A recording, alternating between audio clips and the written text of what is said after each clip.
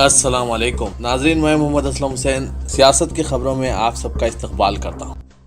ہندوستان میں کورونا کی دوسری لہر کا اثر ابھی ختم بھی نہیں ہوا ہے کہ تیسری لہر کو لے کر ابھی سے الرٹ جاری کیا جانے لگا ہے۔ کورونا پر نظر رکھنے والے سائنسدانوں نے وارننگ دی ہے کہ اگر وقت رہتے کووڈ-19 ضوابط پر عمل نہیں کیا گیا تو اکتوبر-نومبر میں کورونا کی تیسری لہر بے حد خطرناک ثابت ہو سکتی ہے۔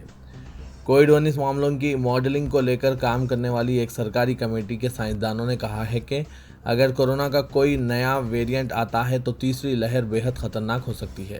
کووڈ-19 کے خطرے کا اندازہ لگانے والے محکمہ سائنس و ٹیکنالوجی کے رکن اگروال نے کہا کہ گزشتہ سال کی طرح ہمارے اندازے غلط ثابت نہ ہو، اس لیے تیسری لہر کے اندازے کے لیے ماڈل میں 3 امکانات پر بات کی گئی ہے۔ اگروال نے کہا کہ تیسری لہر کا صحیح اندازہ لگانے کے لیے قوت مدافعت میں کمی، ویکسینیشن کے اثرات اور زیادہ خطرناک شکل کے امکانات کو وجہ بنایا گیا ہے۔ انہوں نے کہا کہ دوسری لہر کے دوران ایسا نہیں کیا جا سکا تھا۔ الہ آباد ہائی کورٹ نے رام سنی گھاٹ کے ایس ایچ او کو 100 سالہ قدیم غریب نواز مسجد منہدم کرنے کے معاملے میں وجے بتاؤ نوٹس جاری کیا ہے اور یہ کہا ہے کہ عدالت عالیہ کے احکامات کی خلاف ورزی کرتے ہوئے غریب نواز مسجد کو منہدم کرنے کے سلسلے میں توہین عدالت کی کارروائی کیوں نہ شروع کی جانی چاہیے۔ الہ آباد ہائی کورٹ نے کہا کہ ایسا لگتا ہے کہ غریب نواز مسجد کو منہدم کرتے وقت عدالتی احکامات کی خلاف ورزیاں کی گئی ہے۔ غریب نواز مسجد کا انہدام عدالت کی توہین ہے۔ ہائی کورٹ نے اس سے قبل یہ ہدایت دی تھی کہ کووڈ-19 وبا کے چلتے 31 مئی تک کسی بھی طرح کی انہدامی کارروائی نہ کی جائے، مگر مسجد 17 مئی کو ہی شہید کر دی گئی۔ انفورسمنٹ ڈائریکٹوریٹ نے دہلی اور اتر پردیش میں بعض غریبوں اور گونگے بہرے طلباء کے مبینہ تبدیلی مذہب سے متعلق منی لانڈرنگ کے کیس میں 6 مقامات پر دعوے کیے۔ سرکاری ذرائع نے بتایا کہ اس کیس کے اصل ملزم محمد عمر گوتم اور ان کے ساتھی مفتی قاضی جہانگیر عالم قاسمی کے مکان اسلامی دعویٰ سینٹر کے دفتر پر جنوبی دہلی کے جامع نگر علاقے میں دعوے کیے گئے۔ اتر پردیش میں الحسن ایجوکیشن اینڈ ویلفیئر فاؤنڈیشن اور guidance education and welfare society Lucknow کے دفاتر پر بھی دعوے کیے گئے۔ انفورسمنٹ ڈائریکٹوریٹ کے عہدیداروں نے بتایا کہ یہ تنظیمیں عمر گوتم کی جانب سے چلائی جا رہی ہے اور مبینہ غیر قانونی تبدیلی مذہب میں اہم کردار ادا کر رہی ہے۔ سہیل دیو بھارتیہ سماج پارٹی کے صدر اوم پرکاش راج بھر نے مجلس اتحاد المسلمین کے صدر و رکن پارلیمنٹ حیدرآباد اسدالدین اویسی کے لیے میدان تیار کرنے کی کوشش کرتے ہوئے کہا کہ اگر اویسی اتر پردیش کے ووٹر بن جائیں تو وہ بھی ریاست کے چیف منسٹر بن سکتے ہیں۔ کل ہند مجلس اتحاد المسلمین 2022 کے اتر پردیش اسمبلی انتخابات کے لیے راج بھر کی پارٹی کی جانب سے تشکیل شدہ اتحاد میں شامل ہیں۔ چیف منسٹر آدتیہ ناتھ کا نام لیے بغیر راج بھر نے کہا کہ ایک شخص بڑا چالاک ہے، وہ اتراکھنڈ سے ریاست میں آیا، اتر پردیش کا ووٹر بن گیا اور پھر چیف منسٹر بن گیا۔ بلیا کے علاقے راسرا میں گزشتہ روز صحافیوں سے بات کرتے ہوئے انہوں نے کہا کہ اگر AIMIM کے صدر اسدالدین اویسی اتر پردیش کے ووٹر بنتے ہیں تو وہ بھی اتر پردیش کے چیف منسٹر بن سکتے ہیں۔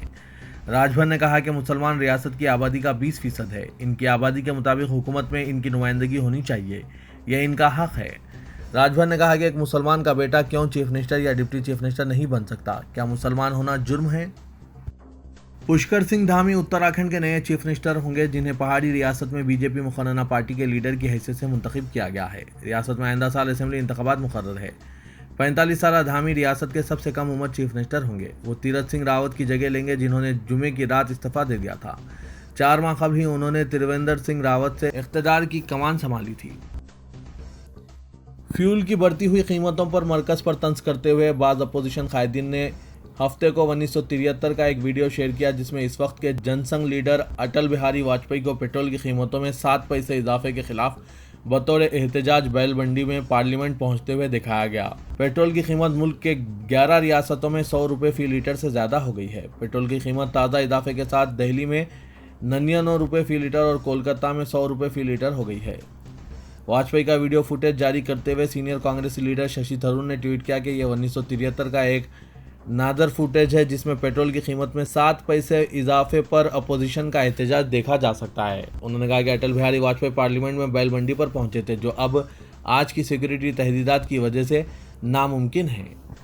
اس ویڈیو کو شیئر کرتے ہوئے ترنمول کانگریس لیڈر اوبرائن نے کہا کہ یہ ایک تاریخ ہے جب پیٹرول کی قیمت میں محض چند پیسوں کا اضافہ کیا گیا تھا۔ عام آدمی پارٹی کے دہلی رکن اسمبلی سومناتھ بھارتیکر نے کہا کہ واجپئی نے محض 7 پیسے کے اضافے کی مخالفت کرتے ہوئے پارلیمنٹ تک بیل بنڈی میں سفر کیا تھا، ایسے بھی دن تھے۔ اتر پردیش BJP نے دعویٰ کیا ہے کہ ضلع پنچایت صدور کے 75 عہدوں میں سے 66 پر پارٹی کی تائید رکھنے والے امیدوار کامیاب ہوئے ہیں۔